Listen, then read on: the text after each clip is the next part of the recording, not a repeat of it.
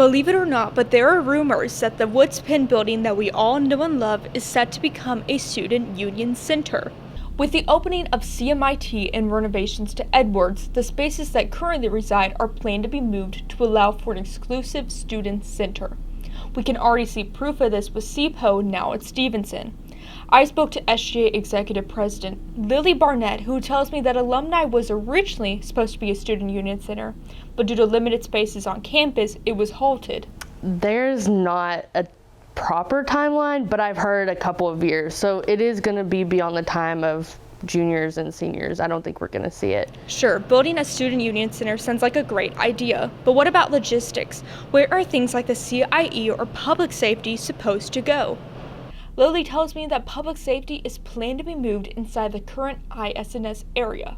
This will work out as ISNS is set to move to the first floor of CMIT. Then they could be knocking out walls, making some rooms that are smaller, larger, depending on like the need of what the space is going to be. So it will be like a full-on like renovation process, probably painting of walls. They've been asking what students vision in a room.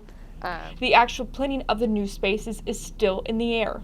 On the first day of class, the student leaders on campus had a meeting at the Boone Tavern to discuss what students actually wanted in the area. Discussions like study spaces, comfy furniture, air hockey, student meeting spaces, etc. There really isn't any more information. Where to move the Center for International Education and the common spaces are still to be determined. Right now, I wouldn't have a lot of expectations as what's going to be in there because ultimately it's going to be decided by students.